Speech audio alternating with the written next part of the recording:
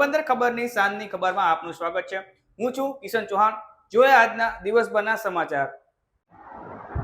પોરબંદરના કડિયા રોડ વિસ્તારમાં રહેતા મનસુખ દેવસિંહ સિંગરખિયા પર કચરો ફેંકવાના બંદૂકને લઈને પાડોશમાં રહેતા ગોવિંદભાઈ દુદાભાઈ સાદિયાએ ગુંડીગાળો આપી છરી વડે હુમલો કરી જાનથી મારી નાખવાની ધમકી આપી હતી। તો સામા પક્ષે ગોવિંદભાઈ દુદાભાઈ સાદિયાએ પણ કચરો ફેંકવાના બંદૂકને લઈને મનસુખ સાદિયાએ ગુંડીગાળો આપી લાકડી વડે હુમલો કરી ઈજા પહોંચાડી જાનથી મારી નાખવાની ધમકી આપી હતી। આ બનાવ અંગે કમલાબાગ પોલીસે વધુ તપાસ હાથ ધરી છે।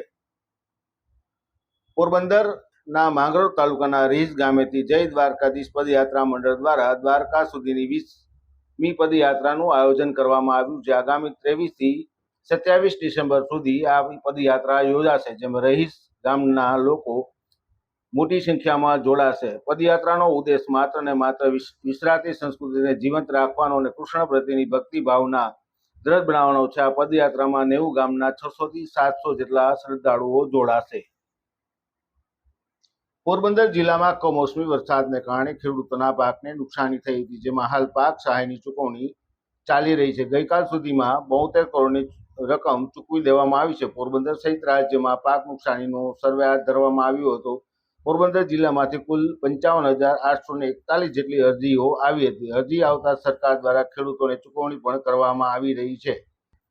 ગુજરાત પ્રાકૃતિક કૃષિ વિકાસ બોર્ડ યોજના અંતર્ગત પોરબંદર જિલ્લાના બળેજ ક્લસ્ટરના ઉટડા ગામ ખાતે પ્રોજેક્ટ ડાયરેક્ટર આત્માના માર્ગદર્શન હેઠળ જિલ્લા અંદર પ્રેરણા પ્રવાસ ઘટકની કામગીરી કરવામાં આવી છે, જેમાં ગાય આધારિત પ્રાકૃતિક ખેતી પર વિસ્તૃત માર્ગદર્શન આપવામાં આવ્યું હતું। કાર્યક્રમ દરમિયાન તાલુકા પ્રોજેક્ટ મેનેજર ભાલોડિયા ચિંતન તથા ગાય આધારિત પ્રાકૃતિક ખેતી પદ્ધતિ અપનાવી જરૂરિયાત અંગેની માહિતી ખેડૂતોને આપવામાં આવી હતી।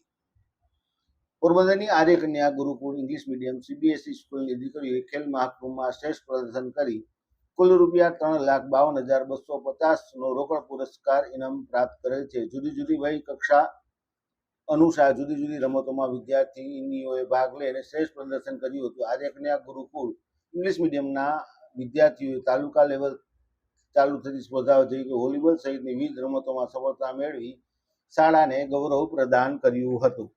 આવી જ નવી અપડેટ માટે અમારી ચેનલને લાઈક કરો, સબસ્ક્રાઇબ કરો અને શેર કરવાનું ભૂલશો નહીં।